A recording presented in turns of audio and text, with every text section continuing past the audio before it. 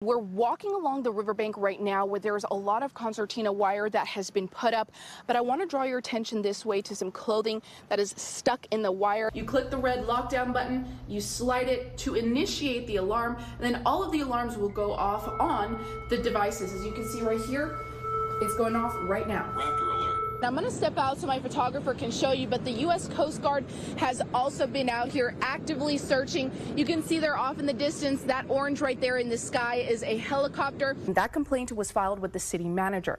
Now it accuses the mayor of misconduct and violating the Texas Open Meetings Act. In the documents, Gonzalez also claims the mayor, quote, authorized and prosecuted a lawsuit on behalf of the city without a properly noticed meeting. You click on that link, and then almost simultaneously, once it connects, the dispatcher will be able to see you on the other end. Hi, this is Sarah with Channel 5. We're testing the call.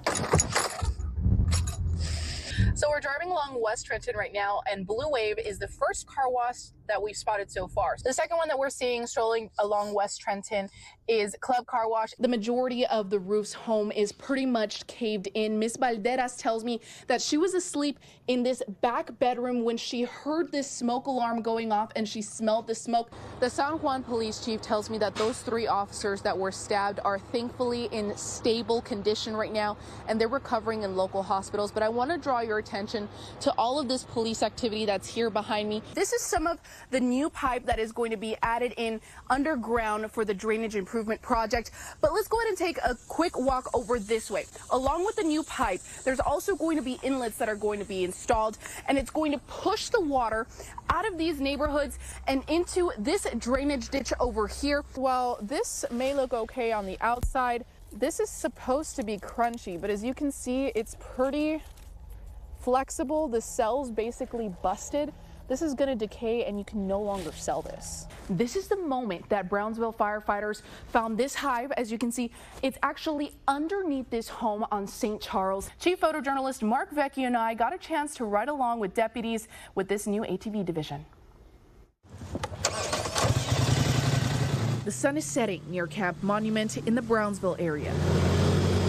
We're on patrol with the Cameron County Sheriff's Office new ATV division. Sergeant Mario Bejarano and Deputy Mark Lerma took us through the rugged trails that are unreachable by most of their patrol vehicles. Yeah, we got the beaches, levees, grasslands. Sometimes we get a missing person or a missing child in the field, and our units can get stuck. So we'll go ahead and use those ATVs to get them out. The new ATV division is funded by a federal grant from Operation Stone Garden. It's a grant provided to law enforcement agencies across the border, in the border area. Our main goal is to, like I said, deter migrants, drug trafficking, human trafficking, and there's a lot of that in this area. The Sheriff's Office bought 6 new ATVs. They now have a total of 9. There's 10 deputies assigned to the division. We partnered with the U.S. Border Patrol to give us the training. So we did the 16-hour training, and they taught us the basics of the ATV ride. Bejarano showed us firsthand the thick brush deputies drive through. Remember when I said nature will always take over? Yeah. Yep, this is it. He drove us to several spots in Camp Monument he says is known for illegal border crossings. They could be watching us right now. They use the advantage of laying low the brush. We're currently in the Camp Monument area near the university, and we're walking along the riverbank right now where there's a lot of concertina wire that has been put up. But I want to draw your attention this way to some clothing that is stuck in the wire. As people try to cross over, their clothing gets stuck. And we're told since this ATV division has been up and running, they've been able to deter multiple migrant crossings right here in this area. Before leaving the trails, the deputies spotted footprints from possible crossings. You can see their footprints. We're walking that way. Now these are old. They were probably done sometime this morning or sometime overnight. When more grant money becomes available, Bejarano says the Sheriff's Office plans to expand the new ATV division. Until then, deputies will continue patrolling through the rugged terrain of Cameron County. Animal advocates are sounding the alarm after learning about hundreds of animals being put down at the city shelter. I'm just not okay with what they did to those animals and to every tax-paying citizen here in the Harlingen. You know, they're little animals with a heartbeat. You know, they have feelings, they have emotions. Since the city of Harlingen took over the animal shelter, records obtained by Channel 5 News show between February and September, 953 dogs and cats were put down. Intake forms show that 1,536 animals were brought into the shelter over the 8-month period. That means more than half of the animals were euthanized. Processing those numbers, I mean, was devastating and heartbreaking. Rudy Coronado is a lifelong animal lover, and he spends his free time volunteering at a local shelter while taking care of his own rescues at home. Coronado has spoken at several city council meetings regarding his concern with the euthanasia numbers. The rate of euthanasia has skyrocketed to an industrial scale. During a September 18th city council meeting, Harlingen Mayor Norma Sepulveda addressed his comments. She said distemper was a factor in why some of the animals were being put down. Distemper is something that if it goes through the shelter, it's highly contagious. And what happens to animals that end up with distemper and it spreads throughout the entire shelter, there is going to be euthanasia. According to these records that were obtained by Channel 5 News, the city put down a total of 953 dogs and cats. Of that number, only 24 were put down because of distemper. Among the other reasons why some of the animals were put down was because of medical or behavioral issues. We need more community involvement as far as fostering, adopting.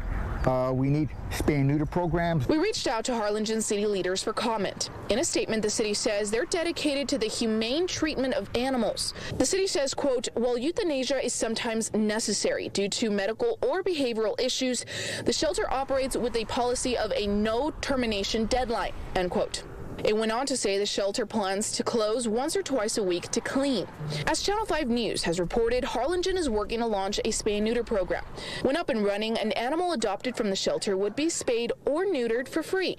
Coronado says people also need to do their part to be responsible pet owners. Educate yourself. Reach out to organizations like the Rio Grande Valley Humane Society. Reach out to the city. Reach out to foster organizations. At Isla Blanca Park, the tranquil ocean waves are always breathtaking to see. But this morning, people's eyes were drawn towards the sky above the park to see the Starship launch for the 4th time. Rocket. When SpaceX rocket started its engine, the ground began to rumble. Keep looking up. Even though the clouds made it a little difficult to see. It's a little cloudy, I don't see it. The crowd erupted in cheers. A little before 8 a.m., the rocket lifted off into Earth's atmosphere. Among the thousands watching SpaceX's 4th launch was the Hernandez family. They made it a point to travel to the park to witness history in the making. An experience like no other, you know, so I think it's the best way to experience is just to come out here and see it and feel it. Because it was going up the sky. It was very cool. But let's rewind to the moment we met the Hernandez family at 2 this morning at their Edinburgh home. Jason Hernandez, his wife, 3 children, and goddaughter were eager to get to the beach. Bag after bag, they loaded up their minivan with snacks and blankets to head to Isla Blanca Park. Looks like we get there as soon as possible. The entire morning trip was smooth sailing. Yay! Once they got to the park, the 4 toddlers took a much-needed power nap before walking to find a spot along the beach. No, I see the rocket right there. Hernandez says giving his children this chance to see the valley's history is important. So there's still a little while, okay? Like 1 or 2 hours. But this is something maybe they could read in books later or see some pictures somewhere or maybe see a YouTube video. But to experience it for themselves, just those memories, priceless. This memory-making moment was an eye-opening experience for the 4 curious kids. Lexi Hernandez, at just 9 years old, says after going with her family to today's launch, she now wants to go to space one day. So I can go visit planets and see and try to investigate something.